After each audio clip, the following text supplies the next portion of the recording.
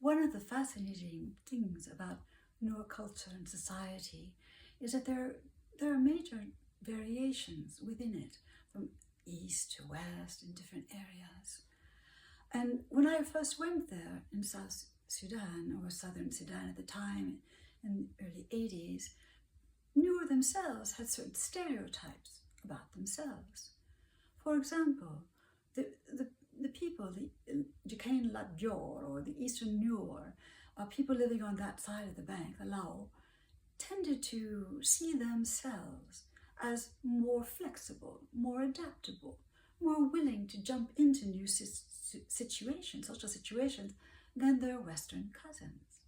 On the other hand, the Western Nuer during the early 1980s prided themselves on being sort of the true Nuer, the original Nuer, living in the original homeland, whose customs and language were not all mixed up with Dinka ways.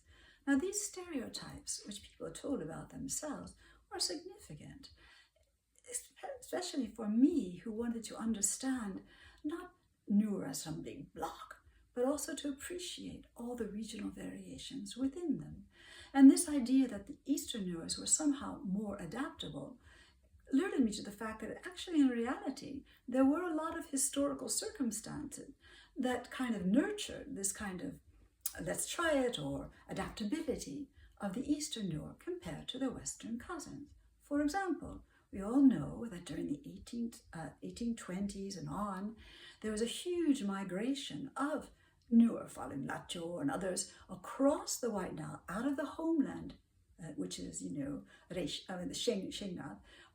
across the White Nile to expand into what was then Dinka and Anyuak territories. And they, in the process, they incorporated, hundreds of people, like a python swallowing of these people, and brought them in to make them newer in their society. And in the process, as you would expect, well, languages get a little different, marriage rights might shift. There's kind of a blending there, kind of a more melange in a little ways. Of course, the West, people in the West stayed where they were, and so they didn't have that. But even beyond that, during the colonial times, it's true that some things like roads and the movement of like labor migration and other, that was much more pronounced earlier, and in some ways more traumatically among the Eastern Nuer. Let's say going through up until the outbreak of Sudan's second civil war in 1983. So that was there. And more than that, during the first civil war, which was, depending how you count, 1956 or 1963 to 1972, that war was felt much more by the Nuer on the eastern side. They got guns quicker, they did that. So they really had 40,000 people at least had to run over in the end to go to Ethiopia, where they encountered other influences, put it that way. So the West, mercifully, were spared the brunt of that first Sudanese civil war. Why? Because they had massive flooding that began in about 62s, early 60s, through the end of the period, 1972. And what that meant is that when the war ended and the floods in the West subsided, the Westerners were, in my opinion, able to reconstruct or rebuild their communities more rapidly and perhaps more conservatively than those in the East.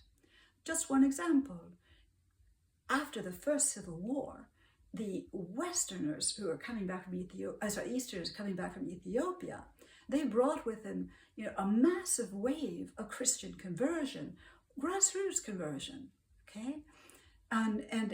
But in the West, it didn't reach there. And in fact, up until 1983 or even 1985, there was no evidence that they were going to massively convert to Christianity like the Easterners.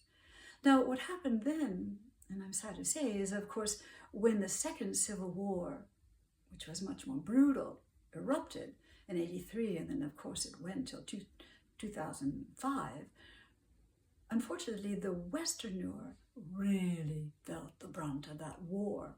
And they had very few guns. That's another thing that came to the Eastern Nuer before the West.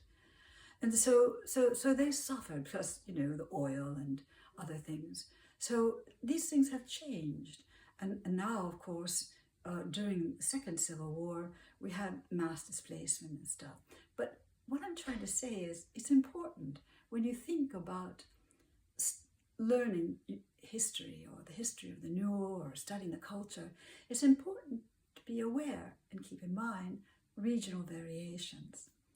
And I've worked on that a long time, and I'll try to share some of those with you in the future. Just a little preview. I can tell you right now that the dating customs, dance forms and things were not the same across all of Nuerland. There are a lot of variations. Thank you very much. Nyarial, Sharon Hutchinson, thank you for joining me in this adventure into the cultural history of the Nuer.